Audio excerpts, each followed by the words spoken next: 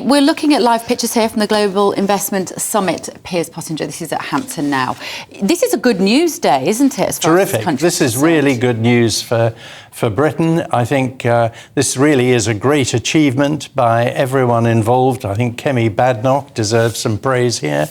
The most significant factor is that the investment's coming from all over the world. Australia, America, even Taiwan, as well as Europe, Sweden, Germany, the Netherlands, Spain. Wasn't all that supposed to stop after Brexit, Piers? Yeah, exactly. This is good news for Britain, and it's a real achievement by Rishi and the Conservative government. 30 billion is the figure they're talking. I've seen a draft of the Prime Minister's speech. He's saying it's at least 12,000 jobs being created from some of today's investments. Yeah, this will help in the levelling up desire, and it is of huge significance. There's no question about it. We're talking about nearly £30 billion of inward investment. That's new investment in the United Kingdom from all over the world. Now, if that isn't a vote of confidence in the stability and the opportunity in this country, nothing is. You'd have advised many of those companies at Bell Pottinger, Piers, and of course one of the big companies that kicked up before the Brexit vote was Nissan, because they said it would be the death of the car industry. They've announced at the weekend a further £2 billion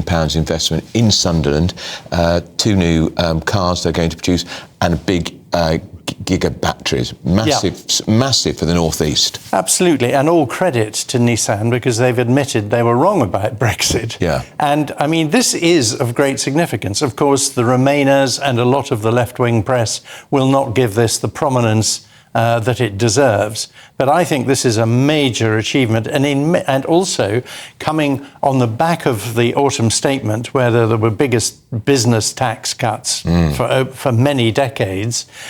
This is really a sign that the Cabinet have got things moving in a positive way. You've been advising Tory Prime Ministers and Ministers since Thatcher. Yeah. Do you think it's too late now for this Tory government? No, I don't, because I was reminded by a friend of mine at the weekend, in 1992, everyone wrote off John Major.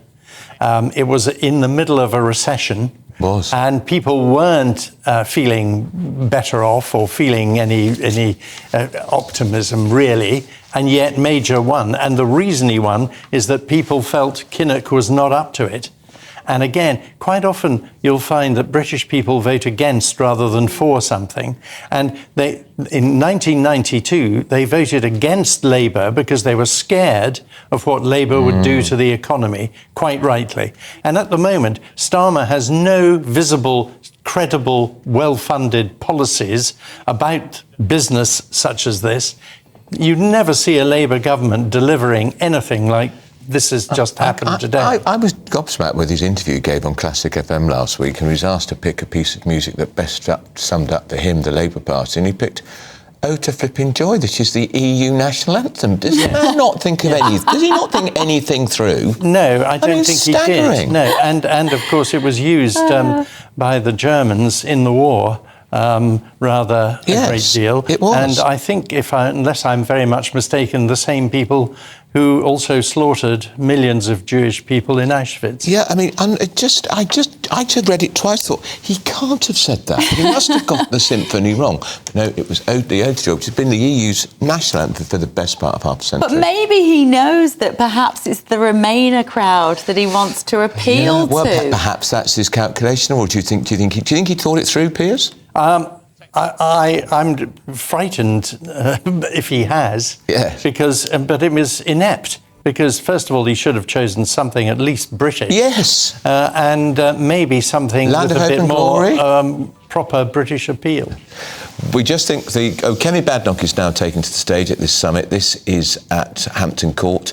They're really throwing everything at this, Piers Pottinger, because later on we know that the King will be hosting a reception at Buckingham Palace with some of these world leaders, some of these businessmen and women.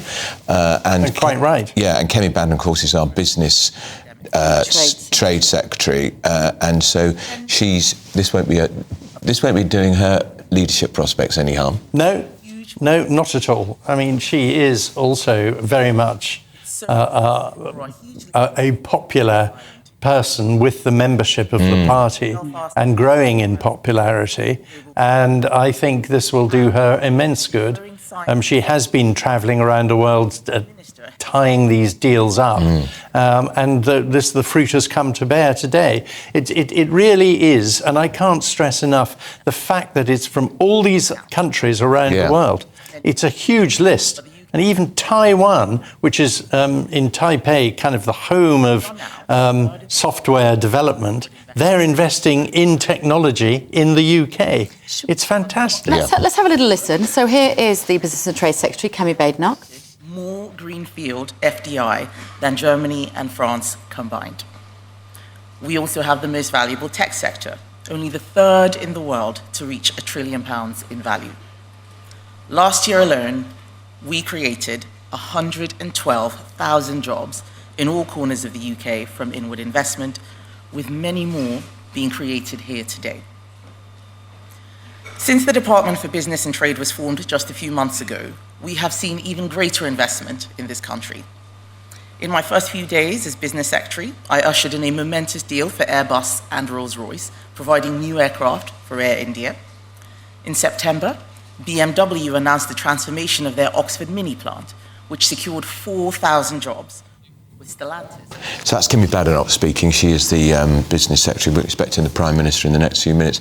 He's obviously going to try and own as much of this because, look, Piers, of course this is important for the economy, but also this is desperately important for the Tories' election prospects, which are looking pretty bleak. Absolutely. I mean, he needs this. And but it is tremendous, and as I say, I fear it won't get the coverage it deserves.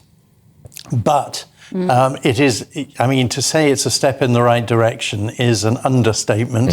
This is something that he should be able to build on, and I would expect to see more investment coming as a result of this. Do you know why I think it doesn't get the attention it might deserve, Piers? It's because when we're talking about these jobs in the tech industry, in the digital landscape changing, we're at the forefront, people aren't seeing it. So it does feel like these sorts of industries are kind of hidden away. People are seeing high streets with boarded up businesses and nowhere to park their car when they go to do the shopping. How do the government get across this? Well, they'll definitely see it in Sunderland because we're looking at 12,000 jobs up there. Yeah. And that isn't just in the technology. It's all the suppliers that supply the factories, all the local businesses that benefit from cafes to bus services, all kinds of... It sort of filters down throughout every aspect of the life. And also the people living around there will find themselves suddenly in work and with some money to spend. It will have an effect. It will take a bit of time, admittedly, but this is very positive indeed.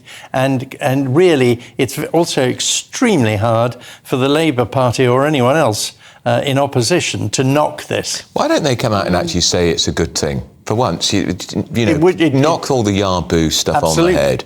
Because, I mean, I've already heard somebody sort of saying, oh, well, this is all very well, but they've been in power for 13 years. Hang on, if it's good news, it's good news, isn't it? It is good news. This has happened now. We're talking about today. There's no point turning the clock back. No. Let's look at what's happening now. Rishi hasn't been in power very long, and he's delivering. And this is actually of great significance, coupled with the autumn statement. It's moving in the right direction. Don't forget there'll be another budget in the spring, and I think there'll be more benefits coming through from that. There won't be an election in the spring. I'm absolutely convinced of that. There'll be an election at the last possible moment, and by then one would hope that some of this will have because he needs something. Because even if you look in the Conservative Home League table, Conservative Home is the Bible of Tory party members and activists. They do a monthly league table of which minister is most popular. Rishi's down in about number 20. Yeah, because unfortunately, he doesn't have a natural charisma. No. He doesn't have a natural affinity in communicating with the people. Strangely enough, the best person in the cabinet for this is probably David Cameron, who, like him or not, he does have a way at communicating he's got an aura. And reaching the people in a really positive way, I think. Do you think, Piers, it might go until January 24 for the election? I think if they can leave it till then, they will. But it also depends a bit on Starmer, because I don't think that the Labour Party is so scared of committing to policies that are going to cost them votes. They're terrified of that, so they're saying nothing. And again, if you look at the Labour Party front bench, Really? Would you want them governing this country? Would you want them running the economy? I know. Oh, look, here's the Prime Minister. Here's the Prime Minister, Rishi Sunak. He's walking to the platform. We can see him standing above the platform. So we'll have a listen to him for a few minutes. The UK's second Global Investment Summit. Now, my argument today is that the UK is a modern, dynamic, thriving economy. And where better to prove those futuristic credentials than a 500-year-old palace?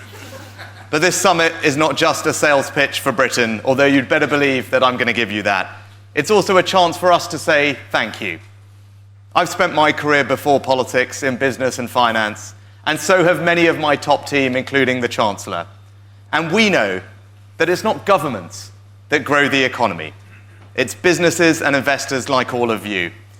You create jobs, drive growth, generate wealth, and you even take on some of the biggest social challenges we face. And it may be unfashionable to say, but I believe that your success is our country's success. So I'm really grateful to all of you for making the time to be here today.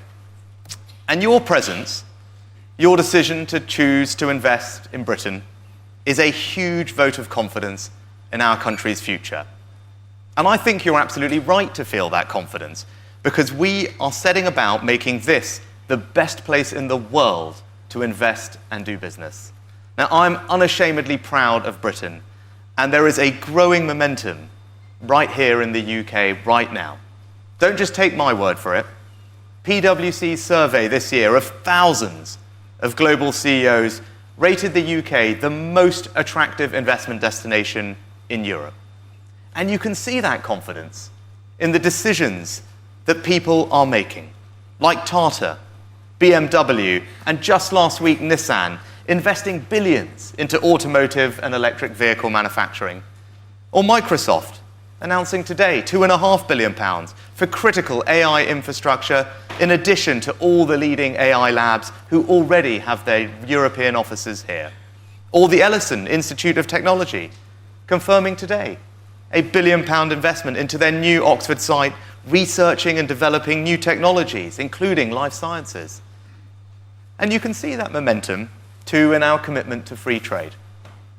In the past year alone, we've secured new investment partnerships with the United States, Japan, and South Korea, worth more than £50 billion. We became only the first European country to join the fast-growing Trans-Pacific Trade Bloc, and hugely benefited from the Sovereign Investment Partnership with the United Arab Emirates, deploying over £14 billion into the UK in a little over 2 years. And all of that is why this country is the one with the fastest investment growth anywhere in the G7. So when I say that this country can be the best place in the world to invest and to do business, you should believe me, and believe me because of three big competitive advantages that we have. Our low tax approach, our culture of innovation, and our people. Firstly, tax. The purest expression of this government's economic philosophy is that people and businesses make far better decisions about their own money than any government could. And I believe that allowing you to keep more of the return on your capital, our country becomes more competitive as a place to invest, grow, and create jobs. And make no mistake, we are cutting taxes. Not only do we have the lowest corporation tax rate in the G7, last week we announced that we would make full expensing permanent. That means you can write off the cost of many capital investments in full. It makes our capital allowances regime one of the most generous in the world, and it was the biggest business tax cut in modern British history. And that's not all. We've got lower capital gains tax rates than France, Germany, Italy, and Japan. Some of the most generous tax reliefs on stock options anywhere in the world, and we're cutting personal taxes 27. That's Prime Minister Rishi Sunak there talking at Hampton Court Palace at this Global Investment Summit. The problem, Piers, he started out fairly well, fairly warm. He sounds like he's talking to huge corporations, to globalist agenda, people who've got a global vision. He's not talking to the shopkeeper, the business owner, the plumber, the decorator. How does he get that message across to them? Well, of course, it is an investment summit he's speaking at, don't forget. So it is that kind of audience. But he has, but they aren't necessarily going to vote for him. The Swedish investors in that room are not voting for him. But to be fair, everyone who has a pension, invested in pension funds, invested in any kind of savings or equities, it affects them. Yeah. And this is immensely positive. This will do a great deal for the British economy, I have no doubt at all. But I do accept that he's not very good at inspiring the ordinary person. But just neither was John Major. John Major was dull, boring, famously on Spitting Image, playing with grey peas, and everything was grey. People like you can do for him. I mean, Thatcher was given voice training and projection. She wasn't a brilliant speaker, to be honest, was she? No, but she knew how to limit her appearances and make an impact. And we think, unfortunately, these days there's too much of politicians on television the whole time.